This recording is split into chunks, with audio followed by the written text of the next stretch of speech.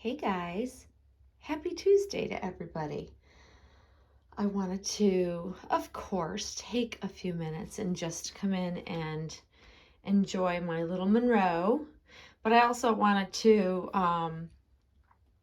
talk a little bit more about how lighting affects how our dolls look, and it does affect in a way like it makes them look different.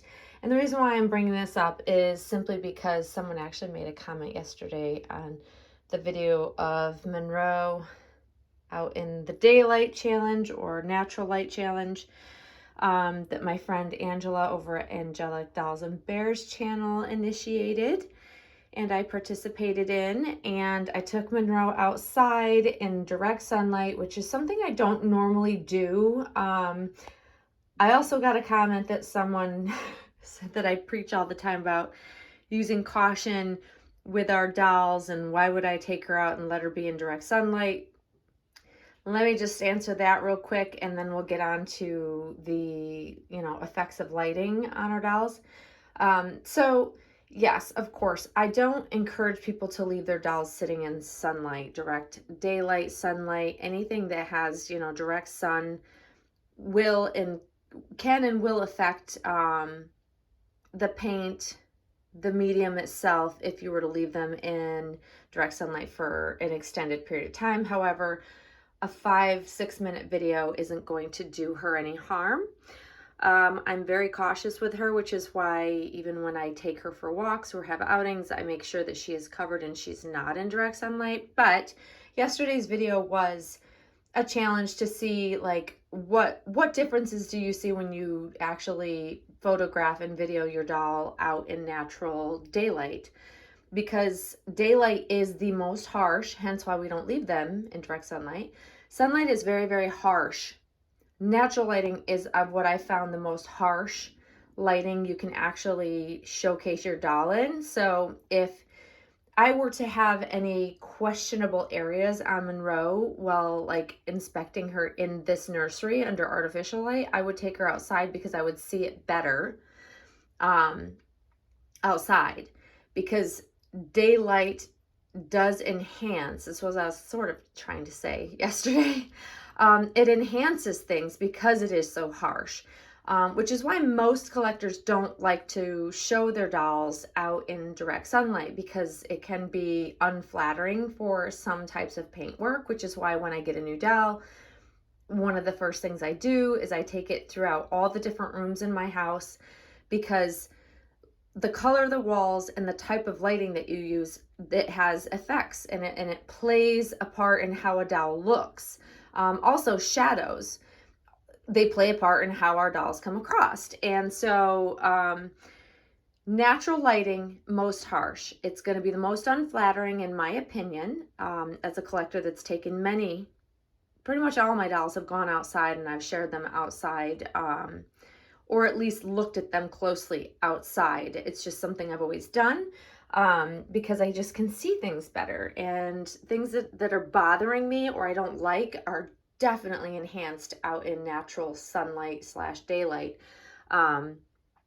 So yeah, if that's kind of one of the tests, I would say, of a new doll when I get them. If they pass that test and they look alive, they look real, and their painting doesn't look wonky, then it's check that box, realism.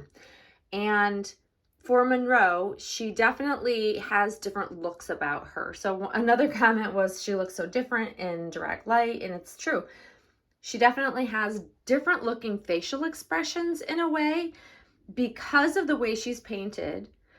In different lighting, she looks like she's about to coo, about to, make a noise, or in different lighting, she can look like she's very worried, very concerned. But it doesn't always come across unless you're in the right type of lighting. And most artificial lighting is what brings the worried, the more furrowed brow look based on the painting. When you're in direct sunlight, you don't see that furrowed brow like you do inside. And even here with this lighting, she doesn't look worried. She just looks like she's intently looking at something. However, if I were to take her in one of the other rooms, she would look a little differently. It's also what I really love about the sculpt because she has different looks about her. Not all dolls are painted that way. I've had many dolls in the past that they look how they look.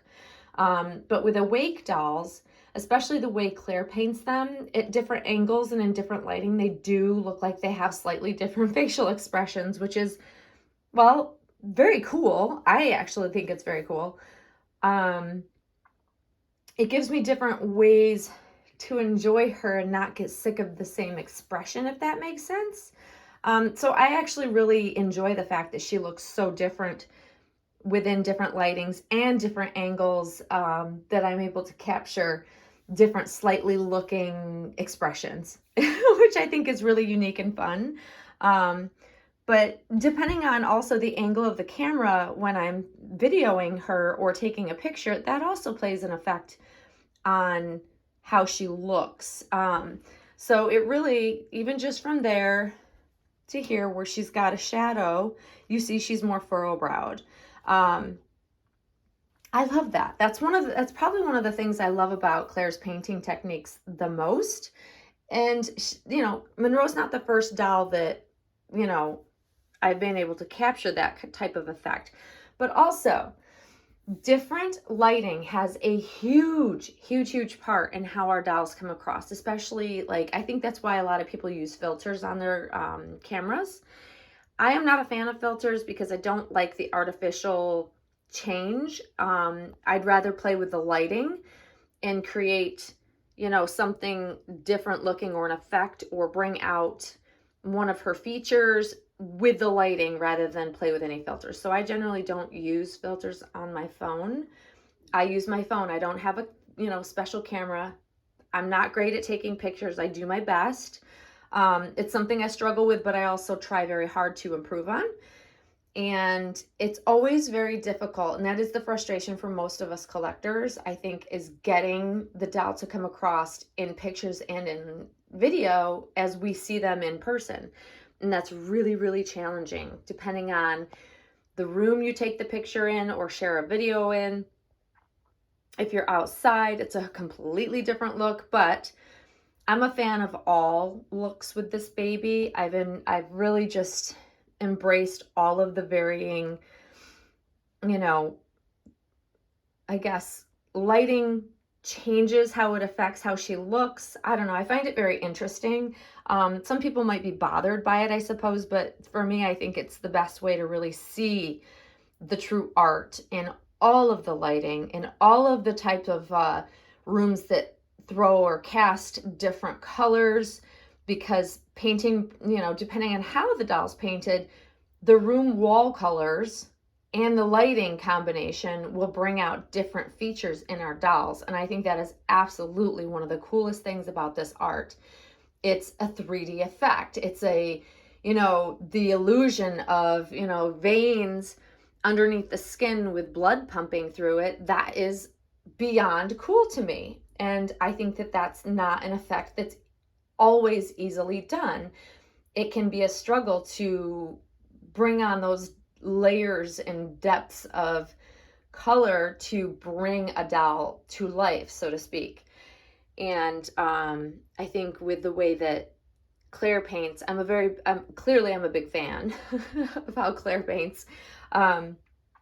I think she's one of the few artists that can achieve such depth with silicone, and I think other artists are getting there, but it takes a lot of time, a lot of practice. It's, years of hard work and perfecting the craft and really testing it out to see how it comes across in her dolls. And Claire is one for sure who has changed up her style of painting over the years. I've experienced a lot of different ways that she's painted, but overall the effect has been somewhat similar, but different depending on the edition that I had and where she was in her art and her craft at the time. So it's just really interesting to me. I think that this is one of the things that I could talk about for forever. I said that in my walk video on, was it Saturday? That I could talk about silicone and silicone painting and techniques of artists for, I could go on for hours, because I've talked directly with artists about it. Some artists are kind enough to share information on it. Others are a little bit more tight-lipped. But overall, there's so much to learn about it. And if you go down the rabbit hole of learning about silicone as a medium, that itself, so much to learn, you guys. Like, there is a reason why Claire's silicone blend is like the best kept secret amongst the silicone doll world, because there's so many choices and kinds of silicone, even within the same brand. You know, even if you look at Smooth On and the variations and offerings from the company itself, there are so many ways that you can enhance the silicone. So I just, it's super interesting to me. I have the kind of brain that wants to learn all I can about something that I'm passionate about. So I've gone down that rabbit hole, and I am so wowed by it, and it makes me respect and appreciate the art even more, if that's even possible, because it's not easy.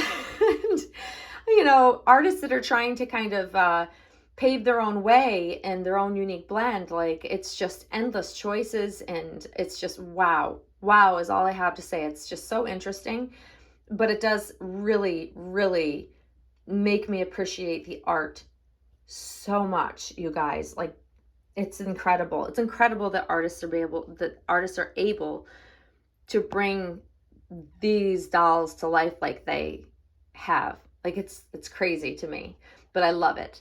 But if you haven't tried taking your doll, whether it be a reborn or a silicone, it doesn't matter, but taking your doll in different rooms that have different colored walls and different types of lighting is always an interesting, fun thing to do, because you will see different things in the doll. You'll see different colors that are kind of brought out in different rooms with different lighting. Like, you'll see different things pop, which is really cool. It helps you appreciate the art. It helps you appreciate the painting, and you can see that also helps you really see what room brings out the best that you like in your doll. So if you have a nursery like in here, this doesn't bring out the best lighting.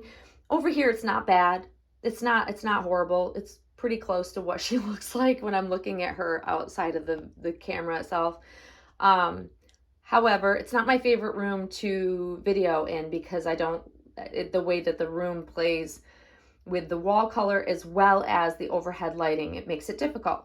So I have another room. My guest bedroom is actually my favorite room to video Monroe in, because I think it's got the most natural lighting, without having her out in direct sunlight or daylight.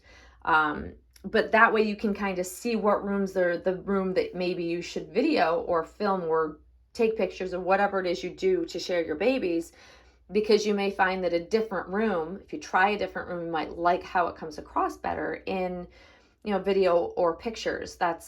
I always encourage people, try other rooms. If you don't like how the doll seems to come across and it's not like portraying how you see the doll, pick a different room with a different wall color and different lighting and try it, because you'd be surprised at just moving to a different space, how it helps bring the doll's, features or realism across. It's just a fun way to kind of play around with it, and I have found that to be very effective. So yeah. So that's my video for today, you guys. Look at her. She's so cute. And yes, I put this back on her after I stripped her of all of her clothes yesterday. It is hot again today. We have all the storms that pass through. We'll get more later in the week, but today it's going to be about 90 plus degrees here. So, and very sunny. So it's going to be very hot here. However, thank goodness for air conditioning. That's all I can say. Anyways, guys, I hope you have a great rest of your Tuesday, and Monroe and I will see you soon. Thanks for watching, guys. Bye-bye.